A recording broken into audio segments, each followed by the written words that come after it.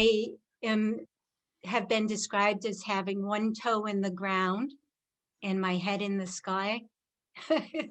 So I actually grew up in Massachusetts. My dad was a very practical man. He was an engineer and worked in Boston, so spent his time commuting. It was a very kind of traditional 50s kind of family where originally my mom stayed home. There was a great deal of instability in my family, not just financially, although we always made do, but my mother suffered from mental illness. I really don't look back on my life as being one of lack.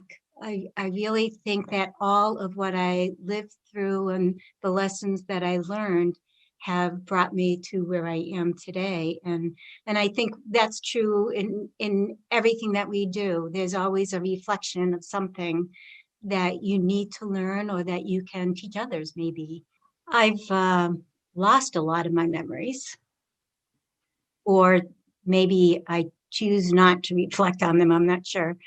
But I think for me, I always saw myself as a caregiver, somebody to make the situations better for everybody. So I was the placater. My mother's psychiatrist actually created a theater troupe. And it turned out that most of the people in the theater troupe were children of his patients. I think kind of saved me in those years, gave me a place to be, and also it gave me the ability to put on a different kind of personality and to be comfortable with it and to express myself in a kind of, for me, it was a safe place. We did some pretty heavy stuff, that was, I think, for us to kind of grasp our emotions and our feelings and to act them out, but also some fun things. I was not part of any kind of group. I never saw myself as part of any clique. At high school has a lot of that. I had a little sadness around that, but life was too busy and not mine alone to really be thinking in those terms. I wasn't feeling sorry for myself in any way. Like I said, I really do look back on those times as I had a lot of gifts in my life, a lot of gifts. There was a lot of love even within the turmoil. It did come time to move on. My parents divorced. And at that point, I left. And I went to college. I went to 4 colleges in 4 years. I don't recommend it. And when I was in New Hampshire, I was a senior and I lived with my mother, who became a freshman. Was always an artist, but she put that part of herself aside when she had her family. But at that point in her life, she chose to pursue her artistic career and was accepted as a student of art at UNH. So we were roommates.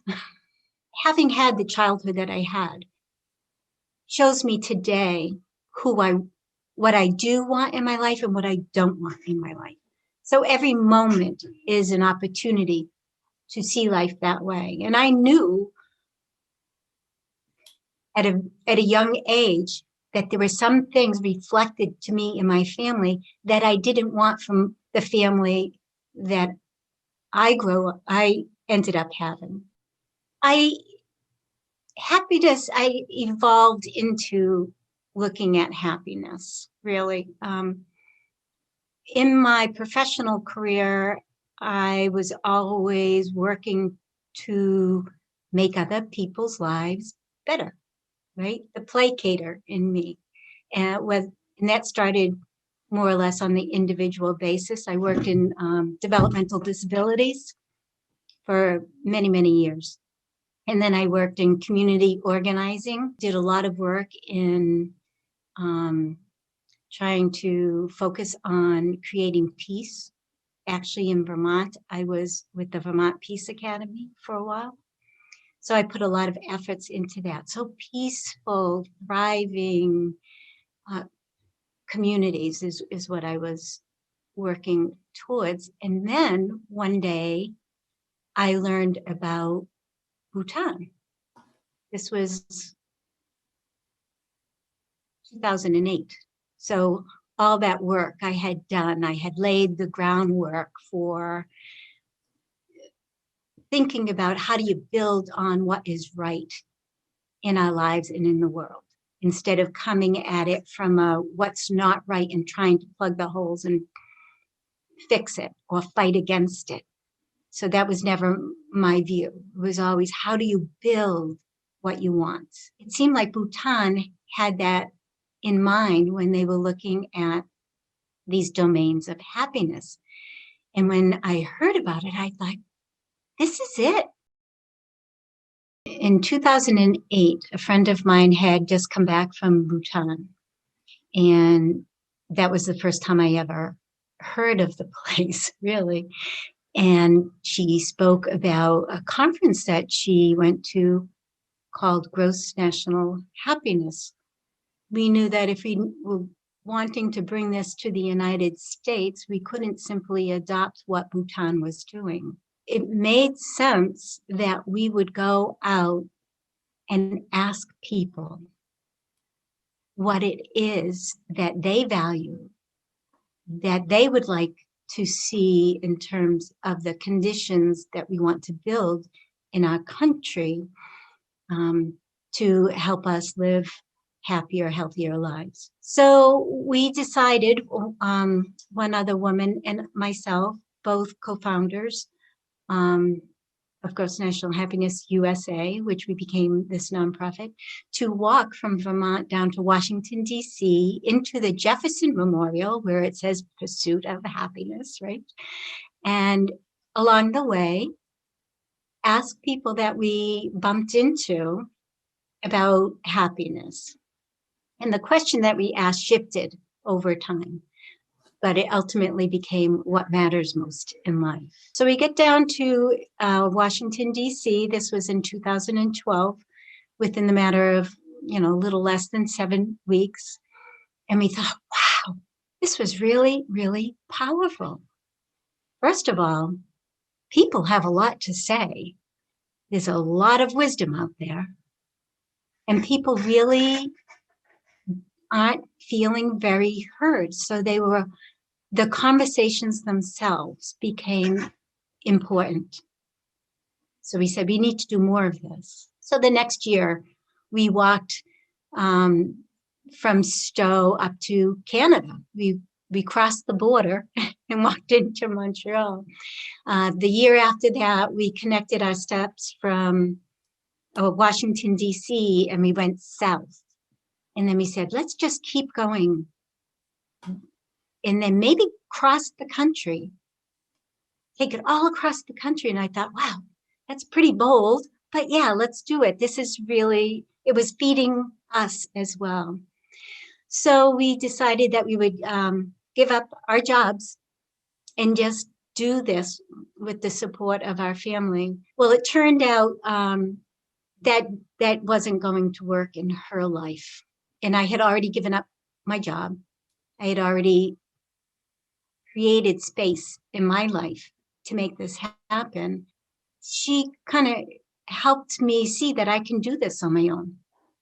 I gained the confidence that I could be self-sufficient and I can go forward and see this project through to the end, which at that point was out to California.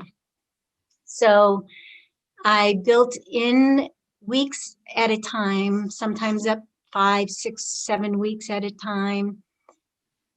Would come back to Vermont, meet my family obligations, going to graduations, taking care of my dad to his doctor's appointments, whatever needed to be done.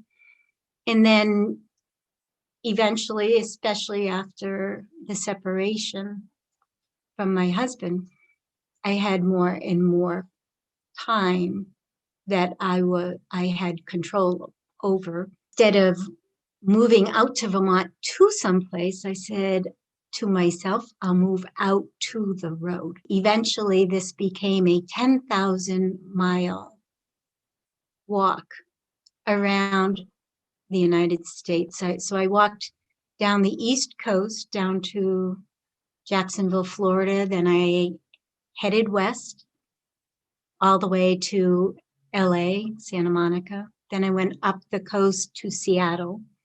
And then it was not a straight line back east. It was more of a zigzag.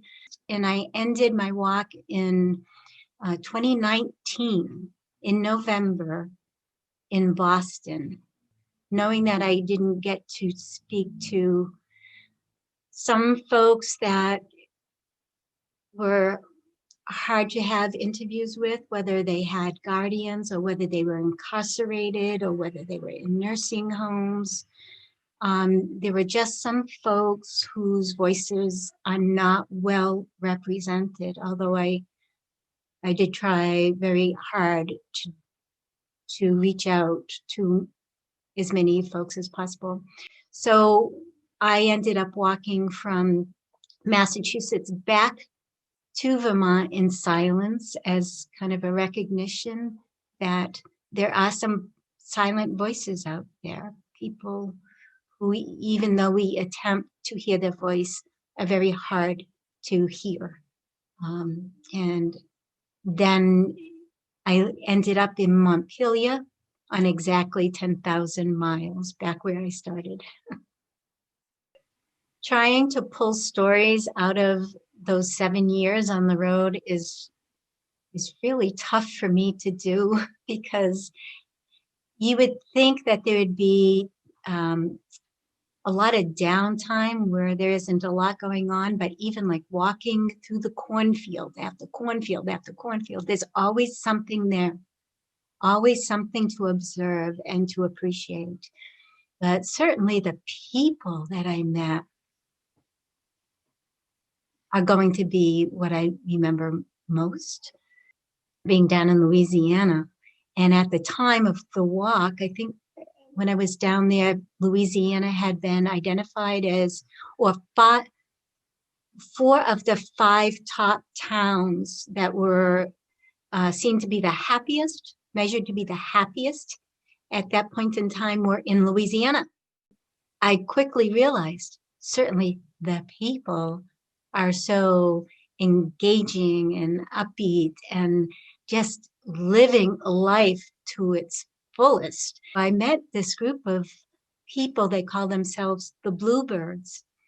And I mean, they would put on feathers and sequins and they'd parade around town, and they were, they just took me in. You know, they were just so happy that we were talking about happiness, because that was their focus in life, was to live and thrive and to live happy lives. It turns out that the Bluebirds were a group of cancer survivors. That's how they identified themselves. So they lived with the knowing that, you know, life is not forever. You have to grab every moment that you can.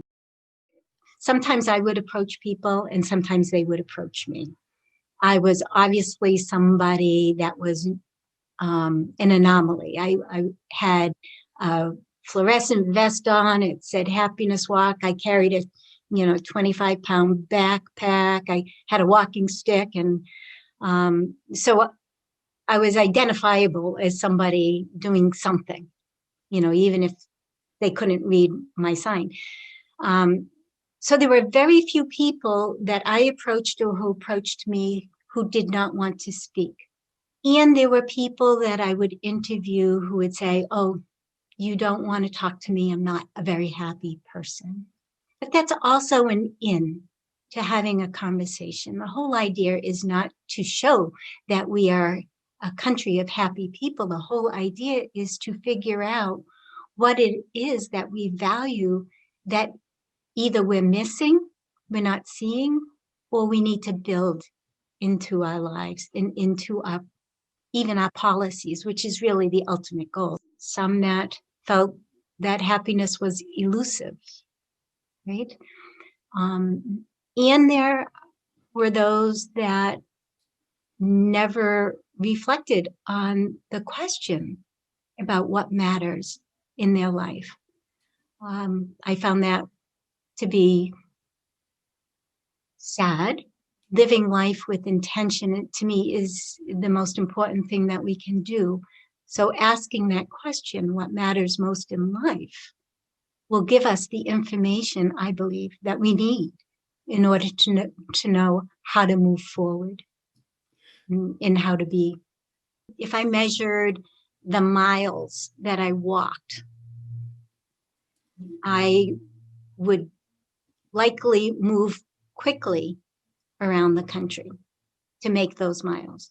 If I measured my success by the number of interactions that I had with people, then my pace slows down. What you measure, what you value, does impact what you do in the moment. So it's not always future oriented, but it gives you it sets that intention in the moment that you are living. So it's not always looking out there, because there's this richness that happens in the spontaneity of the moments. And you could lose that if you're much too focused on the intent that you built without creating the space for allowing to be what will be. I was just astounded by how generous life is. Also being grateful for whatever is now. But just even if it's just being able to breathe, actions need to be in sync with the things that we value. The results are not surprising at all. You know, what we value most are people, our relationships. Do we carve out enough time in our day to truly value and honor those relationships? And how do we express that? The second most common answer had to do with our psychological well-being. And when you think about how that is expressed, do we trust? Do we have trust in our community? Do we have kindness? Is that expressed in our daily lives? Are we caring in nature with one another? So it's how it fills us up emotionally, maybe, but also spiritually, which is the third most common response, was how we are living our spiritual beingness. And I did hear an awful lot from people. We really do need to unify as one human family, rather than this divisiveness that we hear time and time and time again. But again, knowing it is not enough. We need to live from that space as well. And my job was not to teach as I went along, but to listen. So when I would get an answer about a particular religion being what matters most, my response to that is not to either affirm or challenge, but to really understand. The underlying golden rule is really what it comes down to, is to treat each other as you would want to be treated yourself, in terms of being loving, being kind, being compassionate, and acting out of wisdom. This is actually going to be the name of my book, 18 Pair of Shoes. It is the most frequently asked question. Why?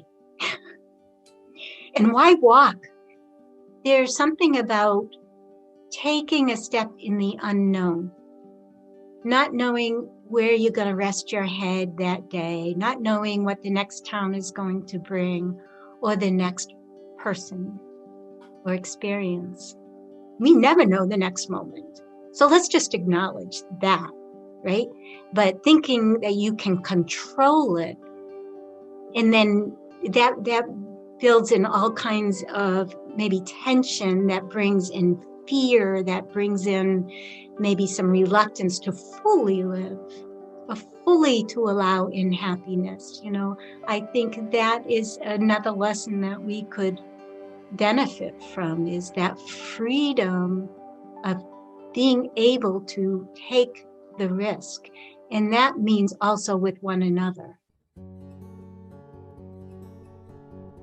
I guess I tend to do what I did in my childhood, is to remember all the great things. But it was not an easy go. I didn't learn how to camp. I didn't take my own tent with me until I was like 3,000 miles into this 10,000 mile journey. So prior to that, I was really relying on people to open their doors to me, and not having the safety of like having this tent that I could just set up somewhere. It was a little disconcerting. I was out in New Mexico walking on this rural, isolated stretch of road. And I looked to my left and I saw a mountain lion. And that mountain lion didn't want me, but was curious. And I was curious. And we walked along together for a while. And I had cultivated a sense of awareness at that point, enough to not show fear, but to show gratitude. That connection, there was a connection there. And at a certain point, he had enough of me and walked away. And those are the kind of moments that really will stick with me for the rest of my life.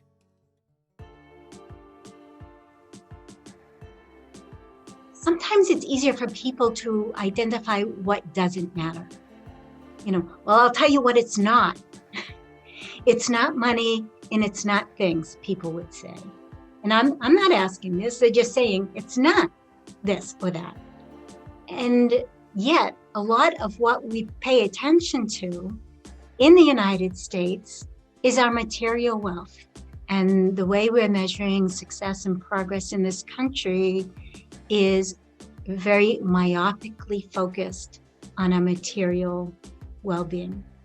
So with that focus, I think we're losing a lot of our intention in this country. And I think that is what's being reflected, even as maybe our wealth is going up, our happiness is not matching that curve. Absolutely, I'm an optimist. I think you have to be to do what I did. And I think that's what got me through my childhood in the way that it did as well, is I do tend to see the bright side of things. And I'm always thinking, oh, this is the moment things are going to turn. This is the situation that is going to show me the way. Middle of my walk, I started adding a question whether people had hope. The large percentage of people that I asked said, of course, you have to have hope. But beyond that, I think there's a question of faith, because hope is a little bit, again, future oriented, right? But to have faith is to really believe that something